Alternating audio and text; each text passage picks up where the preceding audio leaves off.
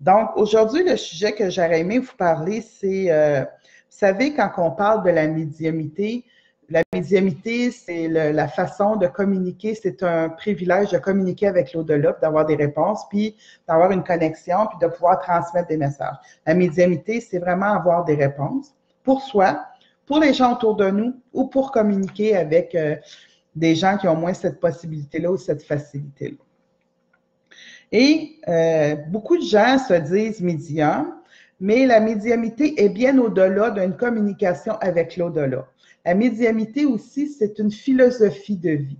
Vous savez, quand on est dans la médiumité, on a un tempérament un peu, pas un peu, résilient, un tempérament, je dirais, un tempérament qui beaucoup de gratitude. On a énormément de gratitude dans notre façon de travailler et de fonctionner avec les événements qui nous arrivent. J'ai rencontré des gens dernièrement qui ont une spiritualité particulière dans le sens, je trouve que c'est des gens qui sont élevés. Vous savez, des gens qui ont eu plein d'événements dans leur vie, puis tu les regardes, puis on dirait que ils ont réussi à apprécier, malgré tous les événements négatifs de leur vie, à apprécier les quelques moments merveilleux. Les moments où ce qu'on peut dire de passage, mais des passages merveilleux.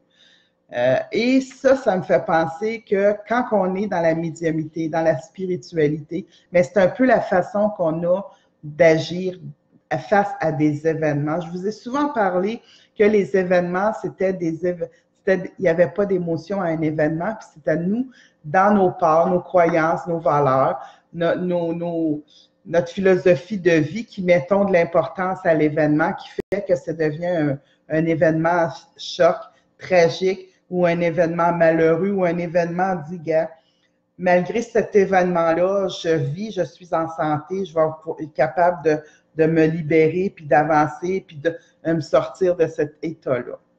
Donc, c'est ce que je voulais vous parler aujourd'hui. Je sais que je prends un petit peu plus de temps, mais c'est vraiment important de comprendre que si on n'a pas de loyer, on n'a pas de maison, on n'a pas de ci, on n'a pas de ça, mais qu'on a la santé, puis qu'on a des gens qui nous aiment.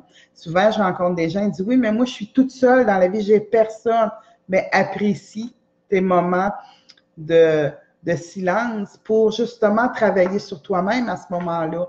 Fait que c'est bien important que quand on parle de la médiumité, que ce n'est pas juste de la communication avec l'au-delà, mais c'est vraiment une philosophie. Puis c'est ce que j'enseigne dans l'école. Quand je parle de la guérison de l'âme ou bien reprendre son pouvoir, je parle de vraiment notre importance à nous, de gérer qui on est avant d'essayer de gérer les autres. Là, on a bien de la misère à se gérer. Fait que moi, je me dis tout le temps, quand tu pointes quelqu'un, parce qu'il fait « Ah, lui, il ressemble à ci, ah, lui, il ressemble à ça, ah, lui », oublions jamais qu'il y a 3 doigts qui nous pointent. Donc, avant de pointer, regardons-nous.